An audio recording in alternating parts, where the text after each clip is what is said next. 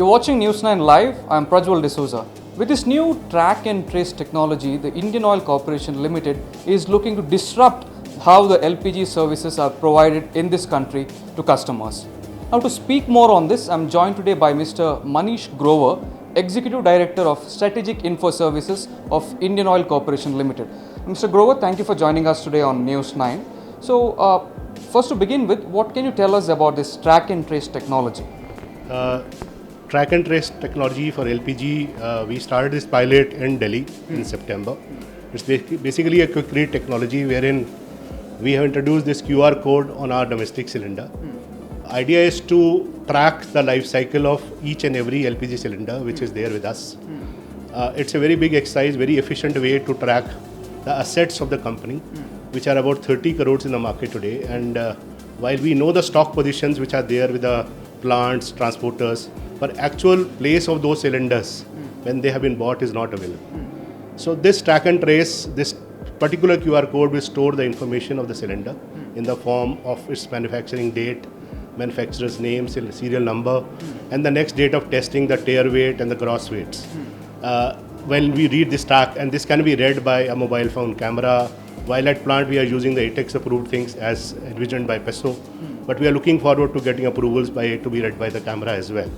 So this will lead us to a very efficient way to track my cylinders and to see from plant it reaches my bottling, the distributors in the same fashion, and through delivery network to the customers, and there it will get tagged to that particular customer that I have delivered a particular cylinder at a particular geolocation as well.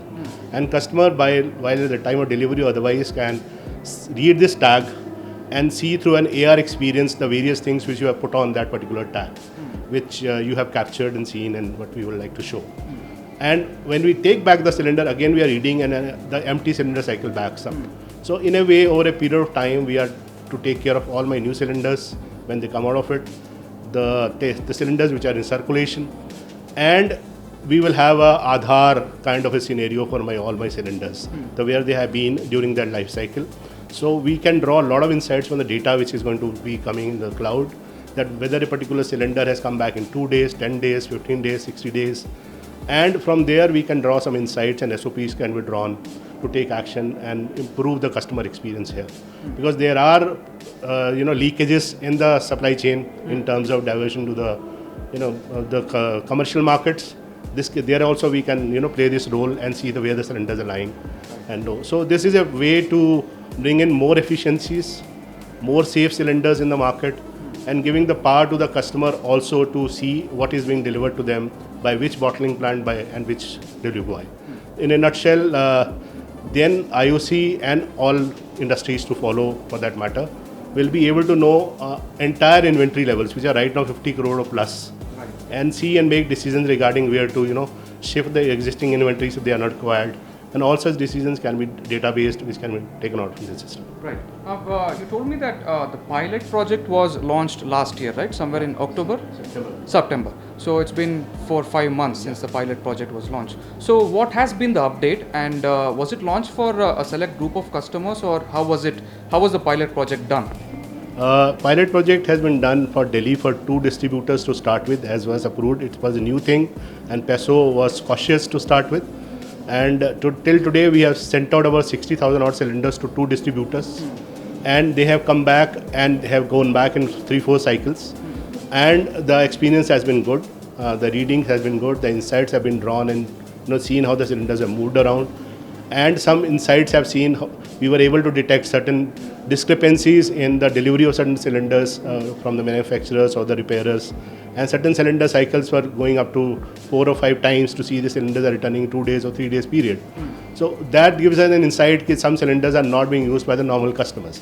They are being used by somebody else and then coming back to our plants.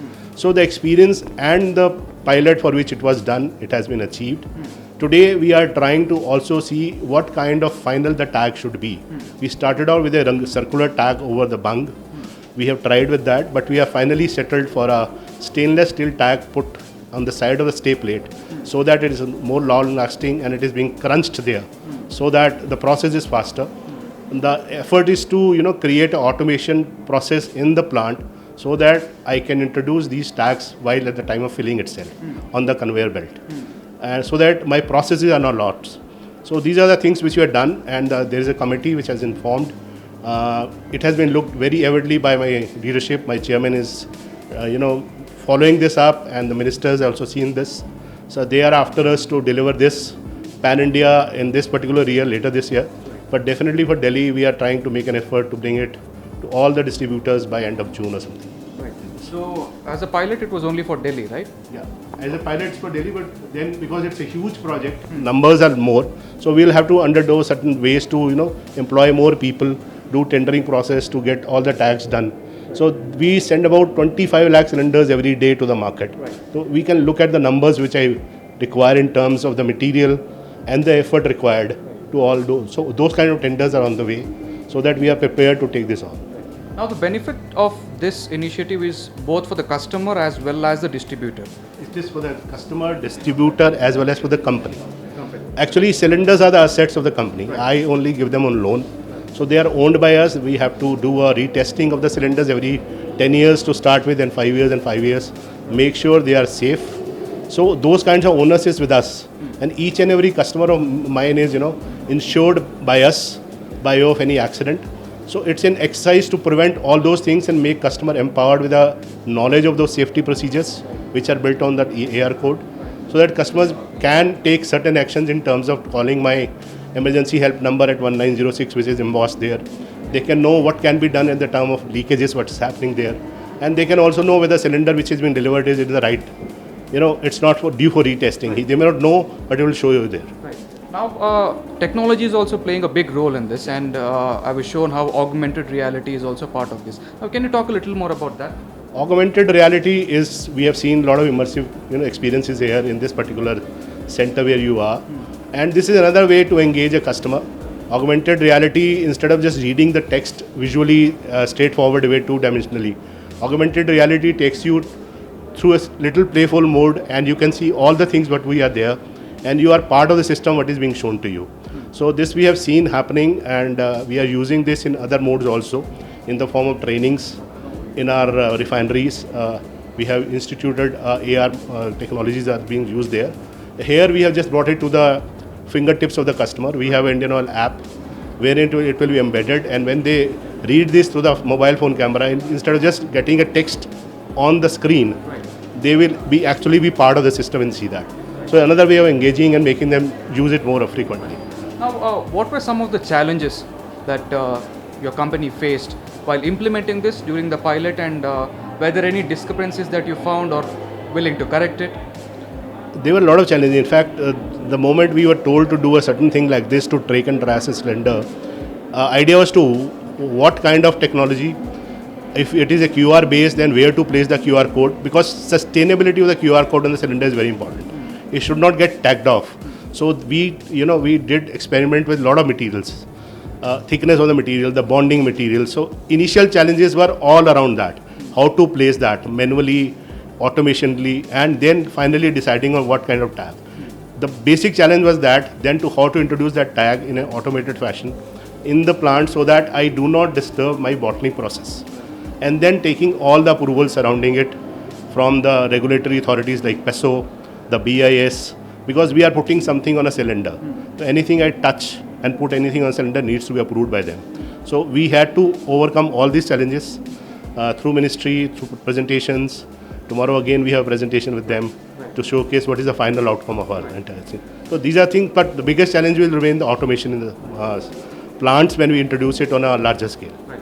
Now, before I conclude, what were the approvals that you required, and have you received it all, or is it still are some pending? We got the approvals from Petroleum Explosives Organization to start the project for a limited period earlier, which has been extended.